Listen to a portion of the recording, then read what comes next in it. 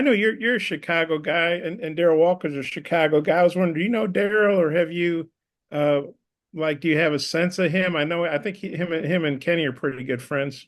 Yeah, those guys are a little older than me, but I know him. I know of him. I know his history, and we're both from the city of Chicago. So I'm a basketball almanac historian, so I kind of like know a lot about him. So there's a lot of respect there. Yeah, they had a good one last night. Tulsa won double digits. I don't know if you've been able to watch that game or been able to look at them, but just what's your take on ULR overall? Um, I like what they run. I like their style of play. They're number one in the country in what we call the Olajuwon stat. That's blocks and steals combined. Um, they average 10 steals a game. They cause 17 turnovers a game. Um, they're in helter skelter, right? They mix up defenses. They changes the rhythm of the game. They keep you off guard. They scatter the court a little bit, and they cause havoc, and that works good in their favor. They run really good stuff on offense. They run some Princeton stuff with this team. They got good pieces, good personnel. Like their team a lot. We respect them, but we don't fear them. But there's a lot of respect for what they do and who they are and how they're playing and winning basketball games. Yeah, I might have a couple more. I'll turn it back to Mike if I can ask some questions later in the Zoom. Thanks. Hutch. Yeah, Coach, I'm curious if you have any updates on Jonas and Trevin, if they might be available for Friday's game. I'm not sure about that. We haven't got an update for today. I think uh, that's up to our medical staff and Matt, and those guys are doing a good job monitoring that. And they're trying. I know the kids are chomping at the bit to get back on the basketball court and working really hard and going to their PT meetings and around the clock treatment and therapy with Matt. But in terms of a status report, I don't have that right now at this moment. And then if you're without them, I wonder if as a staff, have y'all kind of game planned like a doomsday scenario where if maybe somebody else gets shaken up in the game or foul trouble. I mean, you almost kind of had that against Pacific, just kind of how y'all will handle that with the shorter rotation. Yeah, we talk about it. We prepared for all scenarios. As you saw last game, we had to play small because we had to play a do at the five some. Defensively, we had to play a do at the five, but offensively, pretty much a lot of our parts are interchangeable and positionless. So we're prepared for if we have to do something like that again on Friday. Being prepared is the most important thing. We're not going to be caught off guard if someone gets into foul trouble or if something like that happens. We'll be prepared for it. Connor. Hey, Coach, you mentioned Adu playing a little bit at the five, but just what has he meant to you guys this season, and just the leap he's taken from his time at Kentucky to now, and how he's been able to just grow as a player. Nothing he's doing is surprising to us. We are fully aware of his skill sets and how he can impact the basketball game. He's, in my opinion, could be one of the most impactful players in college basketball because of what he does on both sides of the ball, right? What he does defensively, him being hard to guard on the offensive side because, yeah, I think a dude was a point guard. He obviously grew to be 6'7", 6'8", and he's this uh, physique, right, that he has. But he was a point guard, so he's got good ball skills, got good deck game, so he can drive the ball, and he's probably arguably one of the most athletic kids in basketball right now, in college basketball. So he's not doing anything for us that is shocking. What we're concerned about, which has been an issue for him, as I said before, is him being consistent. Can he keep up this pace? Can he continue to be healthy? And can he continue to play at this level? And if he can do that, then we'll have a really good team and he'll have a great year. Another guy that I wanted to ask you about, Nelly Davis. It looks like, he's been giving you all some good minutes defensively. Cal mentioned, he had 6 rebounds the other night. It looks like he's just not been really comfortable offensively and getting super involved. What is your take on how he's done this season and what y'all need to do going forward to get him Still, going? still figuring it out, right? We're still in that figuring it out stage in terms of our personnel pieces. We hadn't had them. We hadn't been able to practice with everybody. We hadn't been able to scrimmage still to this day because every time it seems like we're getting healthy, someone else go out or whatever, and that's unfortunate. That's something that we can't control, but we've been able to play above that in terms of who's available and what we're doing. We're still getting good stuff done, still getting good work done. We have not taken a step back in terms of how we're preparing for practice, preparing for games. But in terms of Nelly, I think that it'll come, right? Nelly's situation will come. We're not really worried about him in terms of if you're talking on the offensive end, it'll come. Coach is gonna start doing some different things for him to get him into spots that make him more comfortable where he's able to do some of the stuff that he's effective at doing. But we got to help him, and coach is committed to doing that. Jackson. Hey Chin, just one more on Nelly. Do you get a sense like it's maybe an adjustment period coming from a place where he was the clear-cut #1 option, and now he's fitting in and trying to with a team that's got a little bit more talent than where he was previously? Is it an adjustment? Of course, it's an adjustment. But it hadn't stopped how hard he works. It hadn't. I mean, he's probably at the top of our list in terms of guys who spends extra time in the gym and on his game and on his shooting and stuff like that. So the ball finds energy as long as he continue to put in the work, right? To, I would say, keep his mind right, because mind right, game right. Empty mind and his clear thoughts. As long as he continue to play with those things in perspective, then it's going to happen for him. It's going to turn, and then he'll be fine.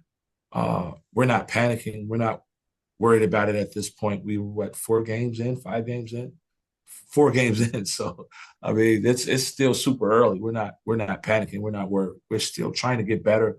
We're still trying to figure things out, and that's from an everyday basis. I'm more concerned with the first day of practice, the first possession of practice, how we handle that than how we worry about Nelly and what he's going to do long term. I know the last time we got to talk to you, a big topic was Zavonimir, and you said he's doing well, but we want to see more. So 7 turnovers the other night. What did you guys see on film that maybe you stuck out in something that Pacific did or Big Z did, and how can you clean that up? He's got to be better, and we're not gonna stand for or accept mediocrity from him. He's got to be better, and he's got to be consistent. As you remember, I talked about him being consistent. You got to be an everyday guy, and his care factor has got to be at a high level, and he has to play like he cares and how important possessions are to him. Because when we play, majority of our games are going to be decided by 2 to 3 possessions a game. You can't have 7 turnovers. So he has to value the basketball. He has to do a lot of things that we need him to do for us on a consistent basis. And we're still trying to get that out of him.